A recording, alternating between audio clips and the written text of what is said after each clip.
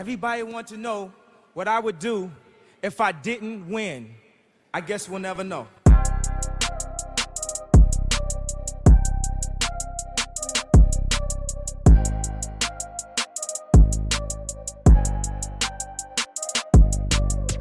Imagine making a difference.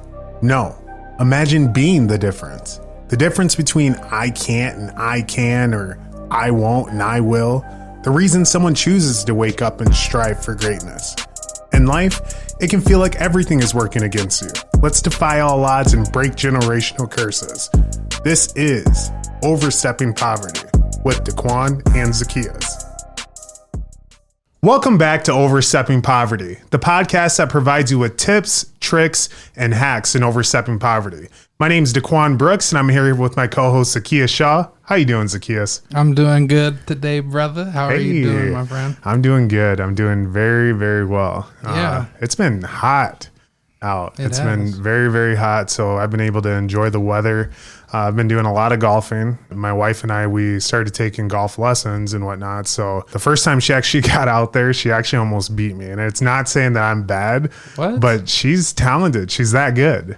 Okay. And that's what I'm going to keep telling people at least. Right. So, So shout out to Megan. Seriously, I mean, we got to like the 6th, 7th hole and she's down like one stroke. And I'm just like, all right, I think we should find you a different sport.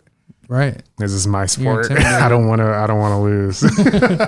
Shout out to Megan. Yes. No, that's awesome, man. I love getting out there, golfing with you guys. I'm really not that good, but people need to get out there because golf is a game of life. Yeah, it is. And I've never had, some consistent play, but life, you're going to have some consistency. So I love it. Today, we have a special guest on here who could teach us something about consistency, I think. So absolutely. Why don't you bring him in and let's go. him? We have one of my best friends here, Jordan Taralson.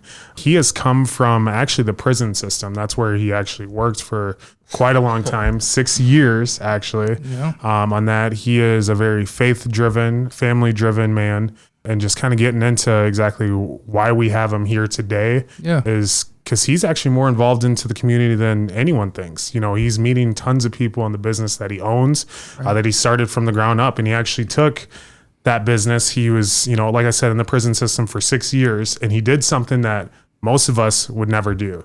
And that's leave that comfort zone to build something of their own. Right. And he's done a great job at that, now he owns that Sioux Falls window cleaning. So let's go. Jordan Taralson, how are you doing, man? Good, man. Well, thank you. I appreciate that. I've listened to every episode so far, and I feel like everyone has like a journey, and I'm like, dude, I'm just your average guy. So I feel like I appreciate that. That makes me feel good. So absolutely. I appreciate you coming on as well. I was excited when Quan mentioned you were gonna come on because I know you had some hesitation. You weren't quite sure just with never being on camera and stuff like that before. Yeah. So I'm nervous. I'm a big fan. I'm a big fan of you guys. I appreciate you coming on, man. Yes. I think just getting into it, and Quan gave us a great introduction to you, but can you give us a rundown, kind of where you're from, what it was like growing up with your family, and kind of how you got to where we are at today? Yeah. So I grew up here in Sioux Falls, or actually I heard last week you went to Laura Wilder. That's where I started, yeah. Okay. I couldn't remember if we went to elementary, but for sure we went to Memorial together. Yep. And then Roosevelt. After high school, I went to Iowa, to Dort College. Okay. Where I studied for psychology and criminal justice. I had no idea what I wanted to do. I kind of thought maybe I'll be a cop someday, but I really wasn't sure. So I just figured I'll take the first couple years and see how it goes. But mostly I was focused on golf because I played golf for Dort. Okay. So go Defenders. And where is that at? Where's Dort? It's Sioux Center, so it's like an hour away. Sioux Center, Iowa. Pretty close, yeah. Okay.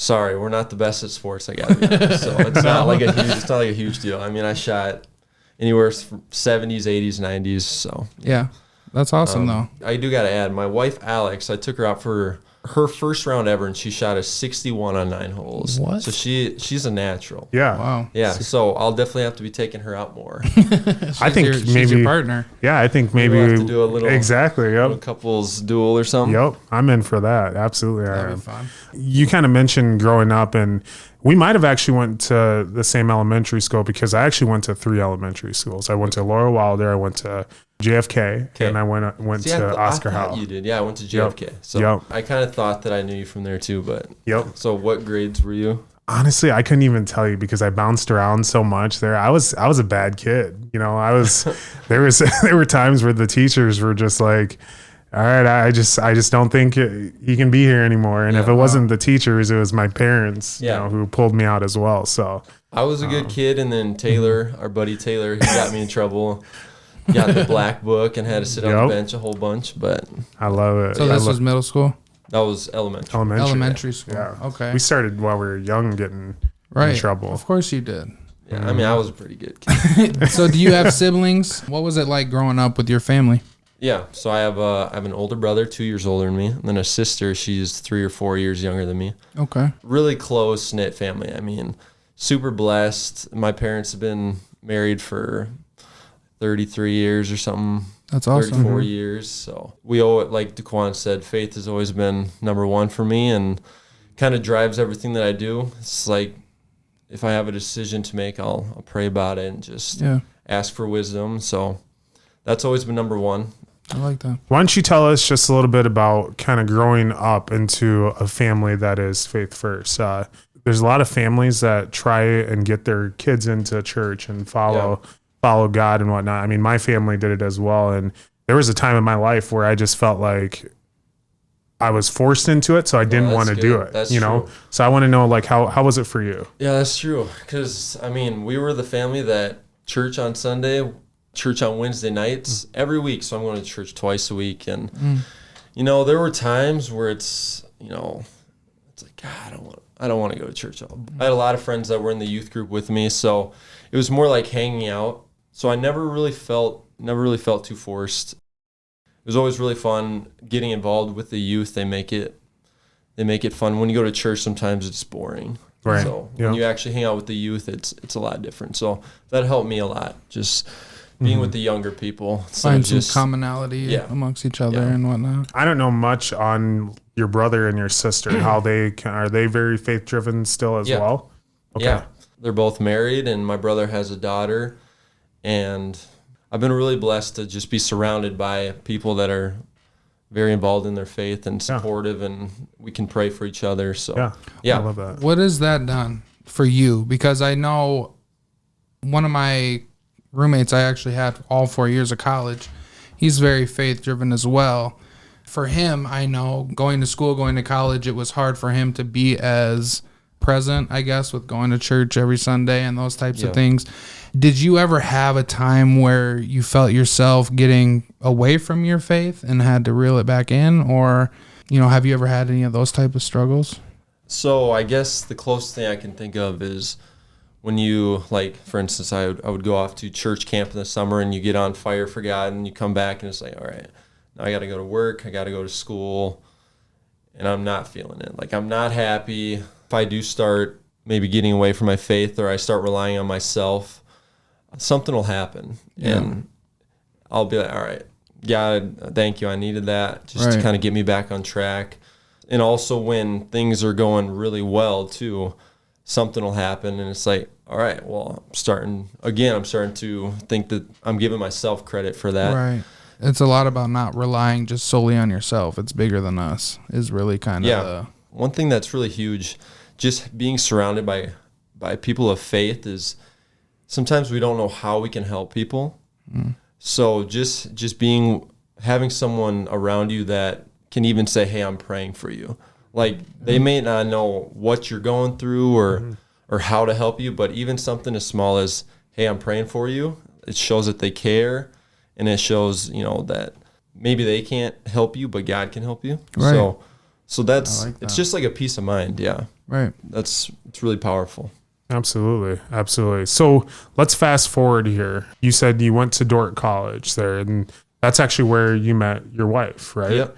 Why don't you tell me about that experience? And Yeah, I was a complete nerd in high school. I played way too many video games and never talked to girls. I mean, kind of had like little flings here and there, but never anything serious. And Right. so I went to college thinking, all right, I'm gonna play golf. I'm gonna try to take college seriously. And then, no joke, first day of college, I met my wife.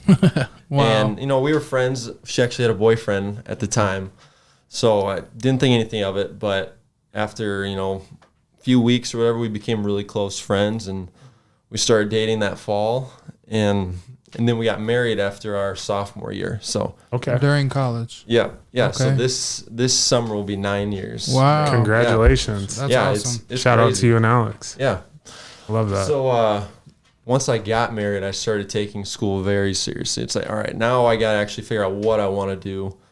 I was still pretty interested in maybe being a police officer. I wanted to come back to Sioux Falls. That was kind of my goal at the time. My grades went from like maybe a 2.5 GPA my first 2 years, and then get married and all of a sudden I have like a 3.6, 3.7. It's like, crazy. so she really helped me a lot. Motivation. Yep. Yeah. Priorities, like you said. Once we graduated, came back to Sioux Falls, she got a job at DocuTap, which is now Xperity. And I got a job at the prison right away, kind of as a backup plan until I could get hired on at Sioux Falls PD. Well, I didn't get on at Sioux Falls PD, and I was like, what the heck? Like, my plan, this is like, it's all falling through. Like, What happened? they didn't want to hire me, and I was like, what's wrong with me? Like, Right. like all of a sudden it's like just a reality check. So Dang. what I did was I was like, all right, I'm going to try to make the best of the prison. I have a degree in psychology, so I can, they have a mental health program there. There's obviously a lot of mental health issues at the prison. Right. I was thinking maybe I can transition into a role there. It's a weird concept because I was like miserable at the prison, but I like was comfortable at the same time. Right. I don't know if I kept lying to myself, like, yeah, I'm going to get into this program, and then, but the reality of it was a safe job, or not safe. I mean, obviously it's dangerous, but like good benefits. Right. And I know what to expect. I had a pretty good position there, so it didn't pay worth crap, and the pay has gotten better there. So I don't know why I stayed so long. It's really confusing, but I would come home every day and I would complain to my wife at supper. Like, our entire supper would be me just venting about work. Right. And so that's when she's like, all right, we got to do something. We got to figure out what kind of education you're going to get, what kind of job you want, or else we just got to start a business. Yep. So we started going through ideas like, all right, do I want to do lawn care, something easy to start up? Right. And she met with a friend, and my wife was like, let's maybe try window cleaning. I was like, window cleaners, like, I mean, that's like, I felt like that's low level. Like, I went to college. I'm not a window cleaner. Right. I like, and that's very judgmental, but that's how I felt. And so Right. I was like, I can't do that. And she was like, no, you're not going to stay at the prison. You got to try something. Yeah. So I started cleaning some windows, and I was like, hey, this is actually really satisfying. I love like going from dirty to super clean, and Right. Yep. it made people so happy. I started cleaning windows for some family and just practicing in it, like the difference it made and how happy it made people. And then it's like, okay, well, I can make this much doing this. Yep. And then all of a sudden, just like, I started getting customers, like people, like just a family member would, hey, my cousin also wants you to clean their window. And like, it just, Dang. it just exploded. By the way, I got to give a shout out to Daquan. Dude, Daquan has probably got me like, not only direct referrals, but like referrals from referrals. It's insane how it just trees out, and it's like Man. probably 30, 40 customers. So I really appreciate you, Daquan. Absolutely. That's awesome, Yeah, man. no, it's insane how it just starts spreading. Right. So yeah, so after probably a year and a half, which is right when I had my son too. Okay. After a year, When you started the business is when you were first having your child? no, so sorry, let me backtrack a little bit. I started doing this while I was still at the prison. Okay. So I did this for a year and a half while I was still there. Wow. And then my son was born, and then that's when I finally had enough clientele to make it full time. Right. So my son was born. I left the prison, and then I've been doing this like a year and a half or so, just full time. Well, your LLC says May 25th, 2021. So yeah, over 2 years. This is my third. This is my third summer, so it always feels like 3 years. So yeah, oh, I just got over you. 2 years. I got you. No, that's awesome, man. Yep. I love that. I was like in the prison. I was not focused on the prison at all. I'll be honest. I like brought a squeegee into the prison. I was cleaning windows and would like squeegee the windows and Wow. like, yeah, I was practicing it. So yeah, but That's I love crazy. that, yeah. What was it that finally, like, I know you and your wife were talking, but was there like an aha moment where you changed your mind on obviously you changed your mind on becoming a window cleaner? yeah. Like, what was that for you where you were finally like, okay, you kind of put your pride essentially to the side and were like, no, this is something that could actually feed my family? Yeah, I mean, I think it was when I started getting those secondary referrals. And it's like people, I'm not even doing the advertising. It's literally just my customers. Right. Doing, Word of mouth. And it's like, okay, so, thinking about if I can get this many customers a week, that can replace my prison, Yeah. my prison pay. So I was like, okay, that's like not nearly the amount of time that I'm spending at the prison. And plus the prison's holding me back. I couldn't grow my business any further. Right. While still being full-time at the pen. So it was like, all right, I just got to take a leap of faith. It isn't always what I thought it was going to be. I thought it was going to be just smooth sailing. Like, I already got this many customers. Well, then all of a sudden you hit dry seasons. And like there was a point last summer where I was paying a nanny to watch my son. And I was going out passing out door hangers. I was in this neighborhood. Yeah. Like, I had no work in sight, not even a job down the road. And I was going, and I'm not a salesman, and I was going door to door, passing out door hangers, and just like, that's it. Those are the trenches. And like, I have like PTSD from those moments. Really? Like, it's crazy. Like, were people open to conversating with you? I mean, I was doing it during the day, so not a lot of people were home, but the people that I did talk to, I didn't want to be super salesy. So I just kind of like, hey, here's a door hanger. Here's a price for you if you want it. You can talk about it with your family. And then, so like, cause I didn't want to come off super salesman because I hate salesmen. Right. Like, when someone comes to my door, I don't answer the door. Right. I can't stand it. So I figured, like, I don't want to be that guy to them. So I kind of want to just make a quick comment, on, because you said you went to school for psychology and criminal justice and you had a full plan in sight, and of course that plan just blew up. I don't know if you heard in one of my other previous episodes, I had the same kind of plan itself for when I got out of school. You were psychology, right? I was psychology and criminal justice, double major, and I wanted to be in law, but what I wanted to do was become a lawyer. And then all of a sudden that wasn't in the plans for me. Then I went into more of like the mental health field and whatnot. And that wasn't it for me. Yeah. And so then I finally got comfortable, and I was in this job. I was working at NAU as a kind of an academic advisor, but I oversaw all academics at that company here in Sioux Falls, and I was so comfortable. And then all of a sudden I got fired from there, just let go. They went through a full reorganization and they just let a bunch of people go.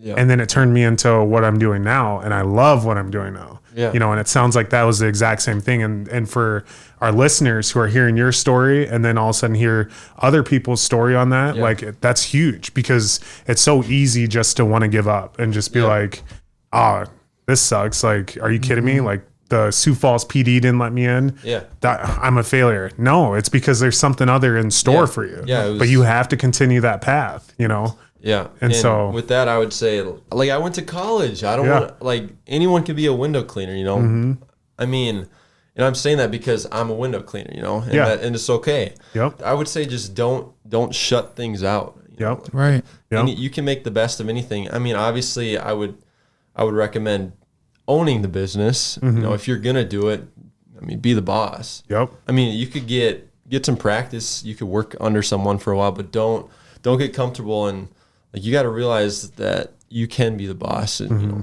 you just got to learn the trade. And Right. yeah. Speaking of that, I kind of want, like, with how you got your business set up, and it was piece by piece, you know, over time, obviously, as you build your clientele. For somebody that's out there right now that's listening, that's wanting to start a business, like you at the time, it was something that was, you were focused on something that was pretty cost efficient when it comes to starting up a business. What steps or advice could you give somebody that's kind of in those same shoes that you once were? I feel like we're just lucky now because we have the internet, and I just started in all my free time. I would watch YouTube videos. I've watched seriously thousands of YouTube videos on window cleaning, like anything you want to know about anything, you can just look it up. And so I started watching, you know, the business part of window cleaning, to the techniques, to the, you know, how to get customers advertising, what you should be charging.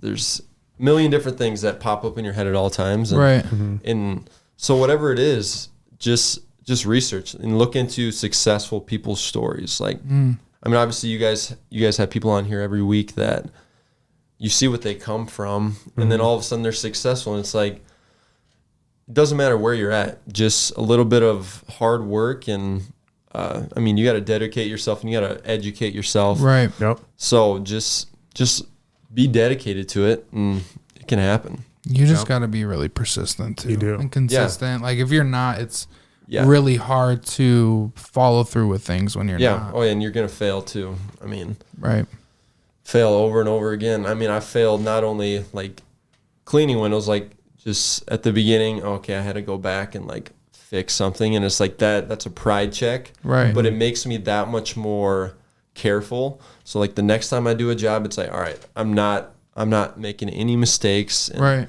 so now I feel like, okay, I'm a professional. Right. Yep. I like that a lot. Yeah, just learn from your mistakes and keep going. I love it. Yeah. So you own Sioux Falls Window Cleaning. So now there's one thing that I've noticed for each of us, and especially me, it's trying to balance that work life and your family life. You know, obviously you have a kid as well, and obviously a wife. So I want to know exactly, how is it that you're balancing both of those? Dude, I don't know.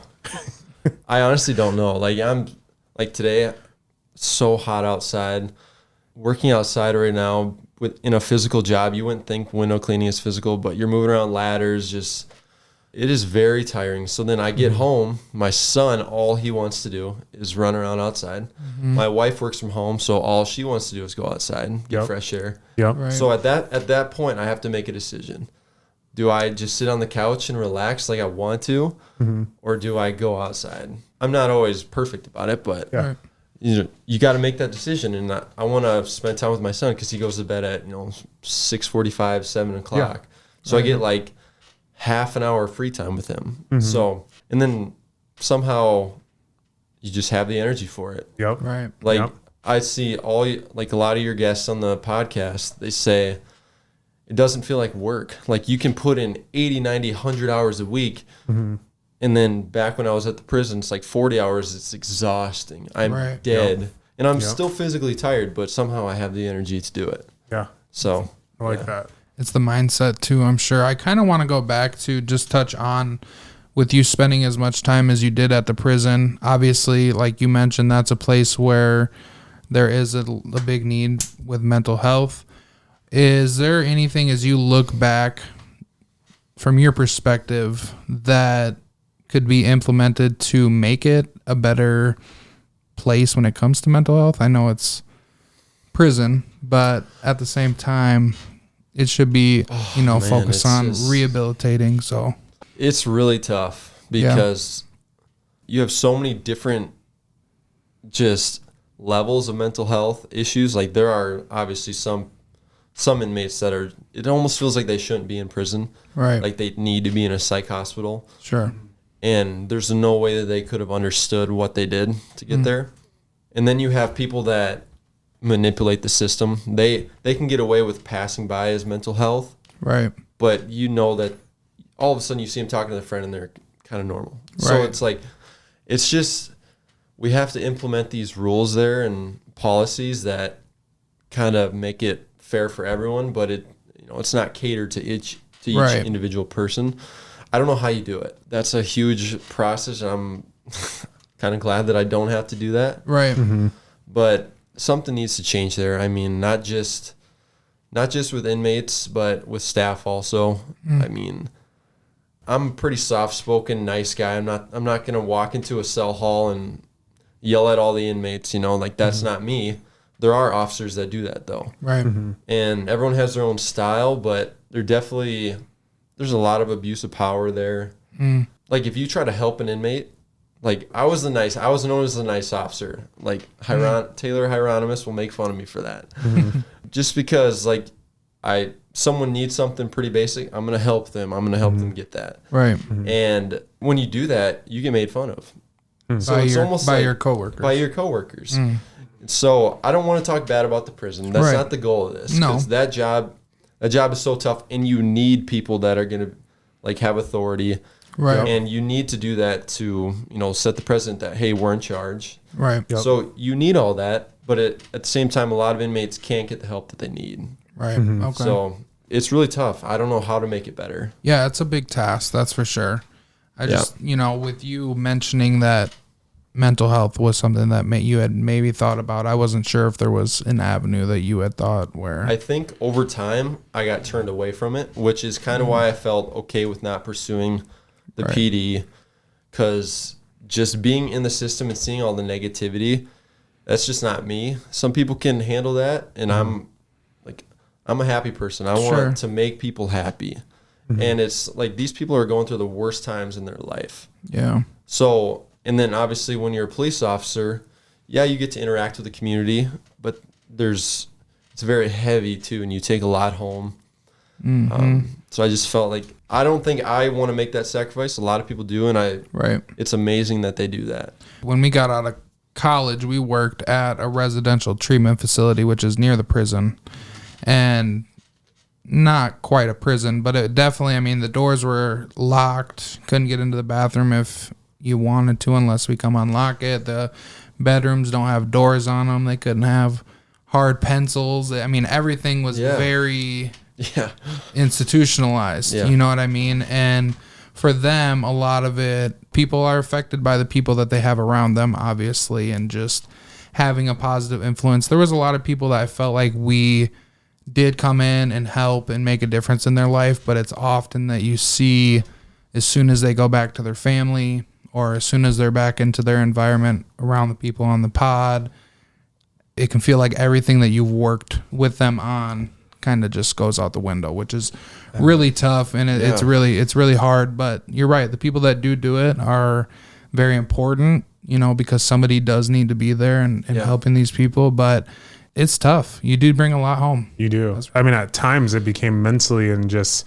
physically exhausting. And it's not even the fact that you were there and you physically didn't see like you were helping people out sometimes, because you had spurts that you felt like you were helping someone. Yep. And then you had the spurts where it was on the down, like you're on the low, where you're like, gosh, I feel like I did everything to help this person. Right. But the real physical, like exhausting thing is seeing them go home and then they would lose that structure, because not a lot of people know that, but when your real structure that you're finding out is it's by the people that you're at every single day. And so noticing that they weren't pouring into them like as much as we were, and like these weren't even our kids, like seeing that wasn't happening. And sometimes it's because they too went through the same thing and they didn't know exactly what that structure was.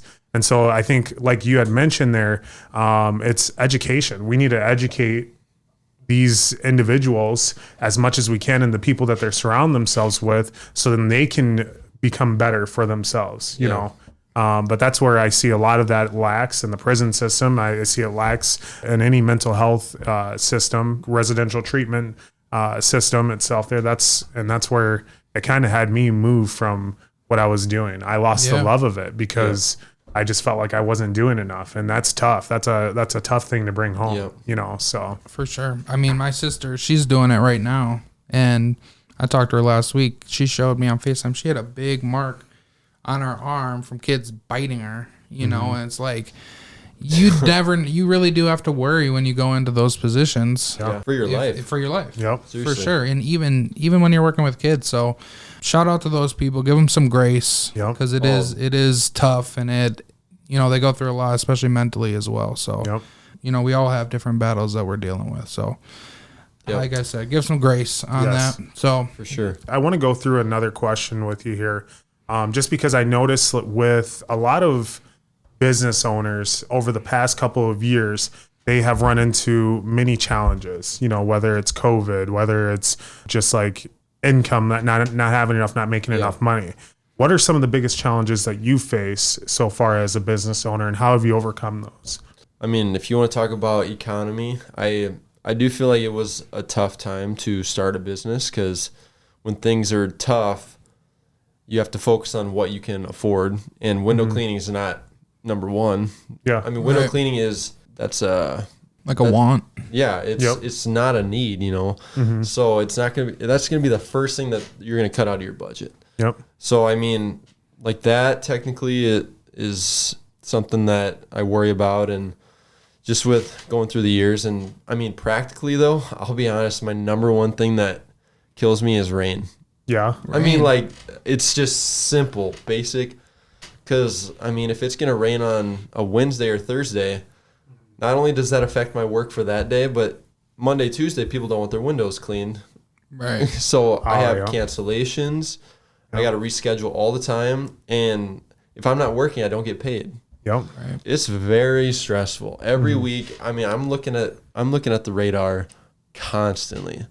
So it's something that might not be thought about, but just only being paid when you work it's a big thing for me. Yeah. How do you operate during the winter, or do you operate during the winter? So this last year, I actually watched my son full time. Okay. And then in the evenings, I would go weld for my uncle. He has a welding shop in T.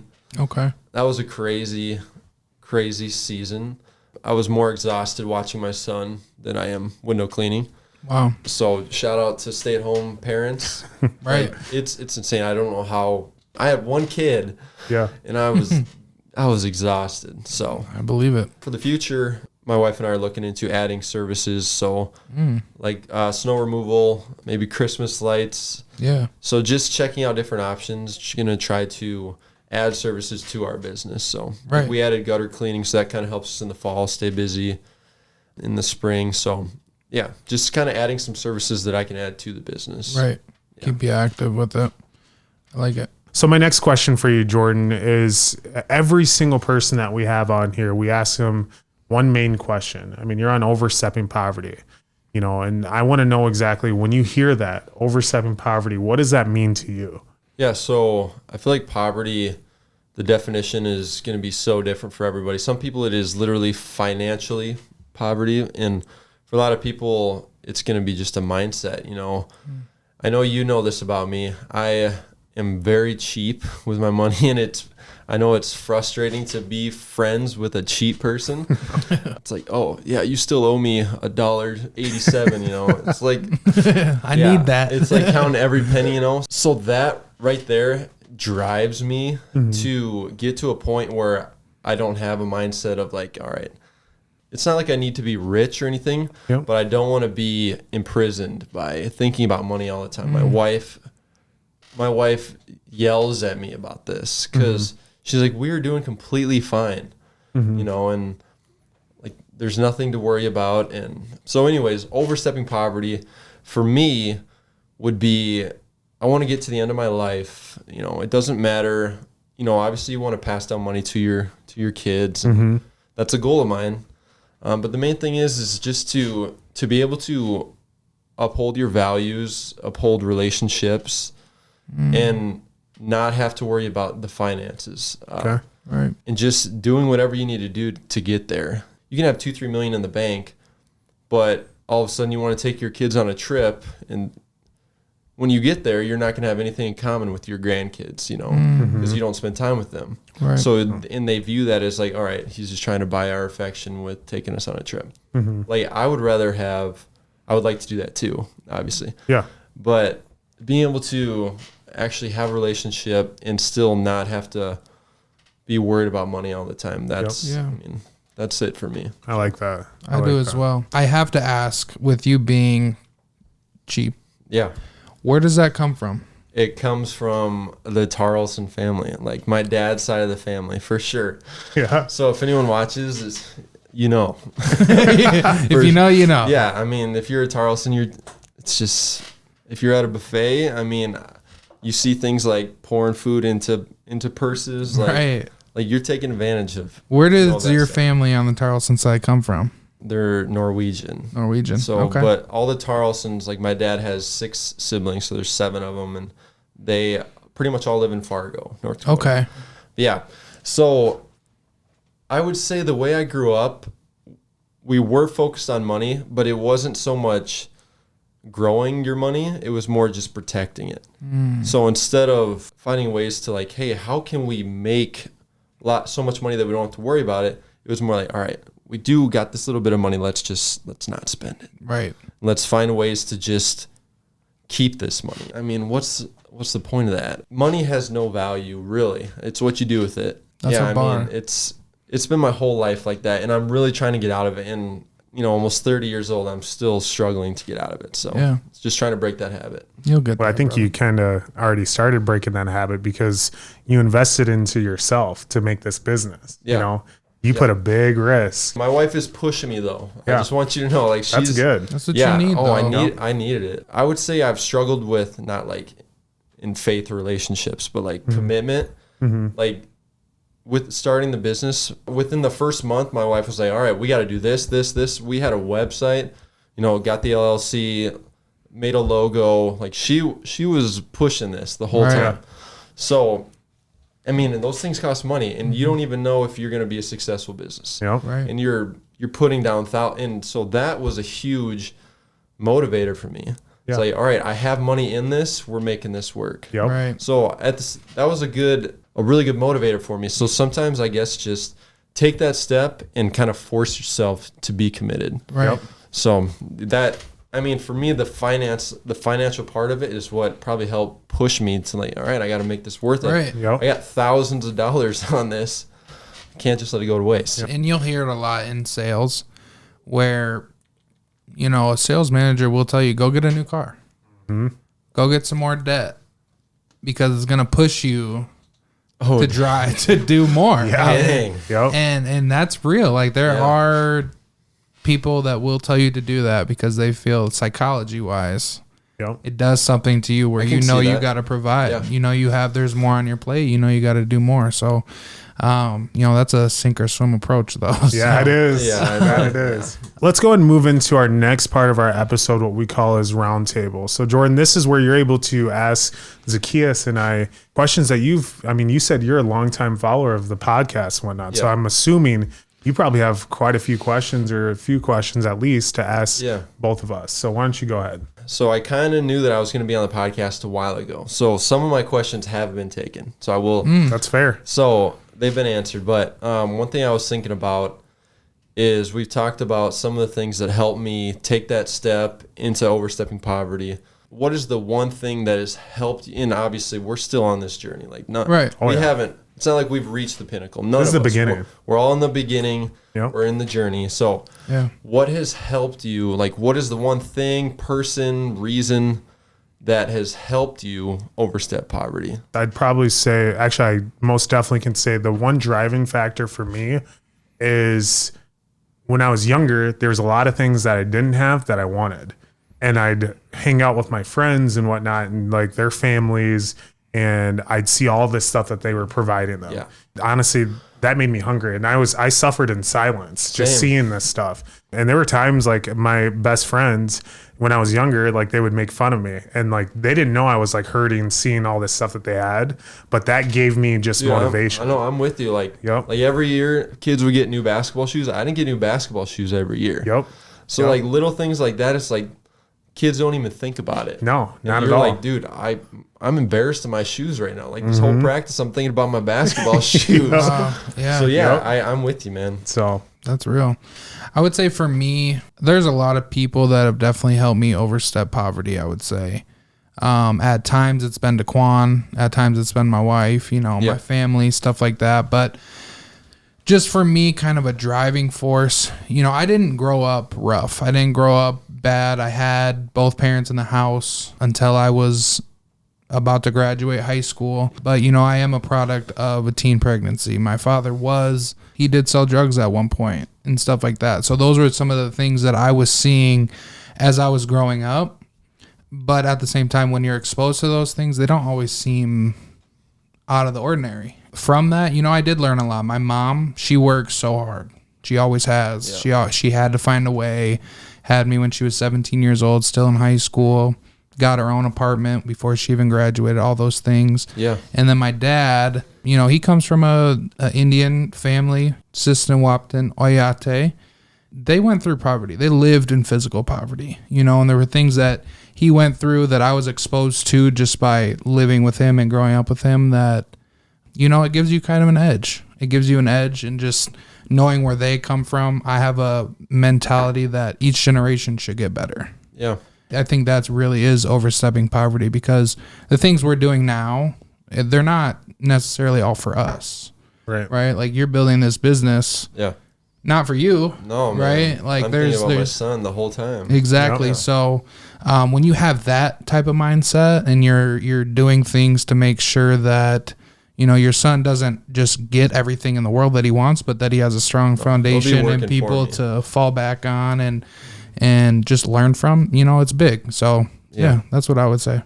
Building an empire, you know what I'm saying? Right. Like, you build this empire and you continue to pass it down. That's that generational wealth. I didn't mention that in the end, but you mentioned it. You said that it's not all for us. Those things that I wasn't getting and whatnot, I don't want it now just for me. I want it for my wife, my family, and whatnot. And so this is how it goes. This is where it all started. Yeah. That hunger. You want to be, while you do that for your kids, you want to be intentional with making sure that, hey, they know how lucky they are. Because you don't want them, all of a sudden it's the same cycle where your kids are getting new basketball shoes every year, and they don't understand why the other kid doesn't have basketball. Right. So I don't exactly know. I'm a new parent, but we got to try to figure out how to teach our kids, where we came from too. So absolutely. Yeah.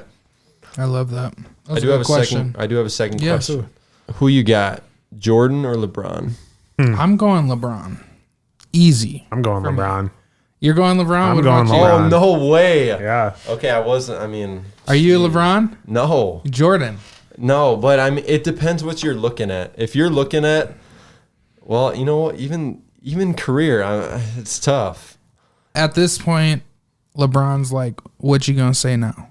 No, I agree. Other than the championships, right? Yeah. Like, when it comes down to LeBron, people want to look at a whole picture, right? If we want to look at an entire picture on who a person is, easily LeBron.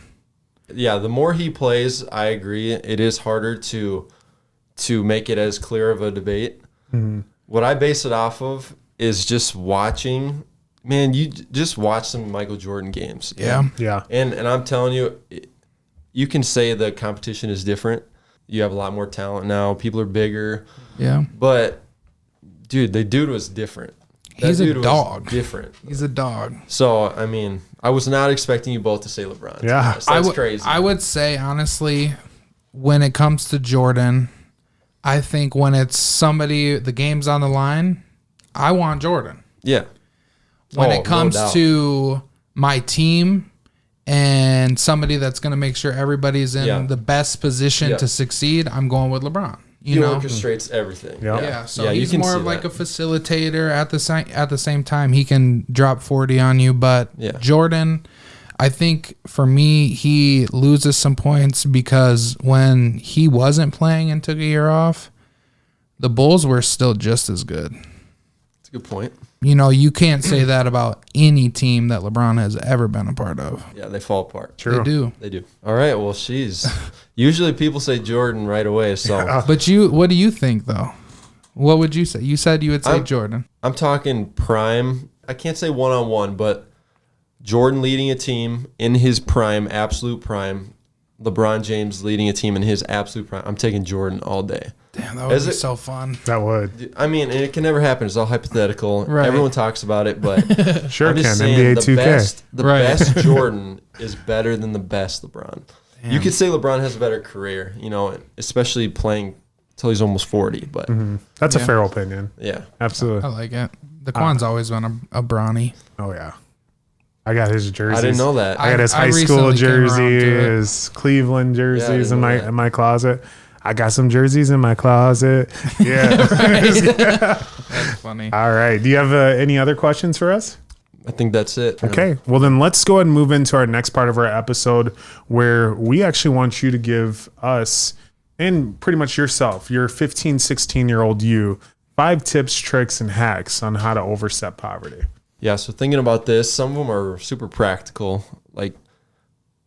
Like I said, I played way too many video games. I mean, and you know, I've been guilty of that in my 20s too. I started playing a couple years ago again and slowed down now. But so, man, just wasted so much of my life. Like if you went on Modern Warfare 2, you know how it shows you how many days, hours. It's not good. I've wasted my life playing that. So stop playing so many video games. Just it messes you up socially. Like I was choosing video games over my friends, you know, like, so I missed out on a lot of good times with friends and, you know, I mean, it probably kept me out of trouble, but overall it was a waste of time. So That's crazy. and then like kind of with that, it messes with you socially too. Yep. So that made me super self-conscious in high school. All of a sudden it's like I'm sitting in class and I'm anxious and just not knowing how to talk to people and being worried what people think all the time. So just that's another waste of energy and time, you know. Missed out on opportunities. It's like, okay, I want to do this. This would be really good for me, but I'm like too nervous to go. So Right. just stop caring what people think. Yep. You know, sometimes people tell you, "Oh, you wouldn't be good at that." You know, Right. that literally means nothing. Like whatever you want to do, you seriously can do it. Just you got to push yourself and believe in yourself. Yep. So, Right. value relationships. You know, I can honestly say now I try to be intentional about spending time with my grandparents. You know, I was really fortunate to never have any grandparents die until a few years ago. And then boom, boom, boom, boom. Like Wow. me and my wife's grandpas, we had 4 grandpas die in like a year and a half. Wow. And it was just, and my wife was pregnant at the time. So our son never got to meet any of those grandparents, you know? Wow. So Yeah. just like being intentional with spending time with people is huge. Just like with your friends, like you said, we have a friend that lives down in Omaha and it's like, hey, if we want to be friends, we need to, cause you know, we would hang out by playing Call of Duty, which we all played some Call of Duty back in the day Yep. together. And, but that can't be the only way that you spend time with each other. You know, you got to get together, hang out. Yep. So prove your friendship, you know. So just valuing that. Man, at 16, I did not take my education seriously. So, you know, you grow up, people ask you as a kid, oh, what do you want to be when you grow up? You hear that your entire life and you just become numb to it, you know. Yeah. Right. I never really thought about it too much because it's like, oh, I want to be a NBA player. Right. Okay, I mean, like, I'm not going to be an NBA player, you know? So at some point, I don't know how you don't want to just bombard your kids with that because then all of a sudden they don't really care about it. Yeah. So at 16, if I could say, hey, seriously, this is the time to start focusing, figure out what you like and don't waste time because your 20s go fast. I mean, we just graduated. Now all of a sudden, did you Right. graduate in 2012? Yep. And now, I mean, we're 11 Damn, years. We're almost 30. That's Dude, crazy. We're turning 30 this Yeah. year, you know, or next year. So, Yep. man, don't waste time. And, it's so valuable. And, you know, and other people say this, everything happens for a reason. Like, I don't regret anything happening. I don't regret playing Call of Duty, all that, because I'm here today. Right. You know, I would want my life to be the exact same. I was gonna just challenge you and say, would you though? Would Want your life the exact same? Is there anything that you would change? I tell this to my wife. I would want to start the business right when I got out of college. I mean, I don't know how that could happen, though. I think I had to kind of go through the prison career for a while to realize like, hey, maybe this isn't for me. Because I think if I would have started that business right away, I would have always clung on to like, hey, gosh, this is what I was meant to do. Right. I had to go through that to be like, no, that wasn't for me. So, I mean, no, I wouldn't want anything to change, but I like it. Yep. I like it. And then one more, I guess, is just be bold and speak your voice. And so that goes with not caring what people think, I guess. But like with my faith, like if something that I disagree with, I'll just sit back and it's like, all right, I don't want to offend anybody. You could change someone's mind completely just by speaking your voice because other people speak their voice and it's just a voice, just like yours. Yeah. So people believe what they say. So you gotta get your opinion out there and share what you believe. So I like that too. It goes back to what we've talked about in the past. It's about the delivery, right? Like when you are in a situation where people are voicing their opinions, it depends on how you deliver it to them, on how they're going to accept it. I mean, you can have very good conversation with somebody that you're on the complete opposite side of if you're being respectful and open to others' opinions and sharing yours.